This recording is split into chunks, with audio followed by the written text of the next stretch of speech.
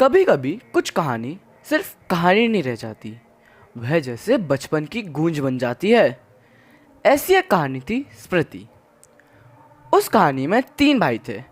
एक बार बड़े भाई ने छोटे भाई और लेखक को बुलाया और बोले, यह चिट्ठियाँ आराम से और संभाल के पोस्ट ऑफिस में दे आना। बड़ा ही छोटा सा काम था। वह दोनों चल दिए, बड़े ही गर्व से, मानो बहुत बड़ा काम सौंप दिया हो। रास्ते में एक सूखा कुआं पड़ता था जिसमें एक सांप भी रहता था। उन दोनों ने उसमें झांक कर देखा और उसी वक्त उनकी टोपी में से चिट्ठियां उसमें जा गिरी।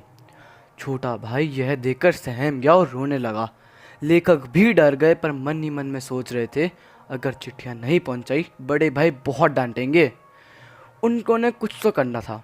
उन्होंने खुद को संभाला और अपनी धोती और दूसरों की धोती से एक रस्सी बना दी। उनका दिल जोरों से धड़क रहा था। नीचे कुएं के अंदर ठंडी हवाएं, वो अंधेरा और उस सांप की सरसराहट, मानो पाताल का रास्ता खुल गया हो और वो लेखक को अपने अंदर समाने की कोशिश कर रहा हो। उन्होंने अपनी आंखें बंद करी और कैसे तैसे उन चिट्ठियों को निकाल लिया। जब वे ऊपर पहुंचे, उनके भाई की आंखों में चमक थी। वो डरा भी था पर खुश भी। वो पल डरावना तो था ही, पर प्यारा भी था, जैसे मानो एक स्मृति बन गया हो। ऐसी एक गलती, एक नादानी मैंने भी बचपन में करी थी। एक बार स्कूल जाते वक्त मम्मी ने कहा, बेटा ये रिपोर्ट्स पापा को दे देना। मैंने हाँ मम्मी बोला। मैं चल दिया। रास्ते में मेरे को अपने दोस्त दिखे, शोर, बैट, और बस क्या होना था, रिपोर्ट हाथ से छूटी ही नहीं और वो गंदे पानी में जा गिरी। मैं उसको देखकर इतना डर गया, बस यही चाहता था, बस धरती खुल जाए और मैं उसमें कहीं जाके छुप जाऊं।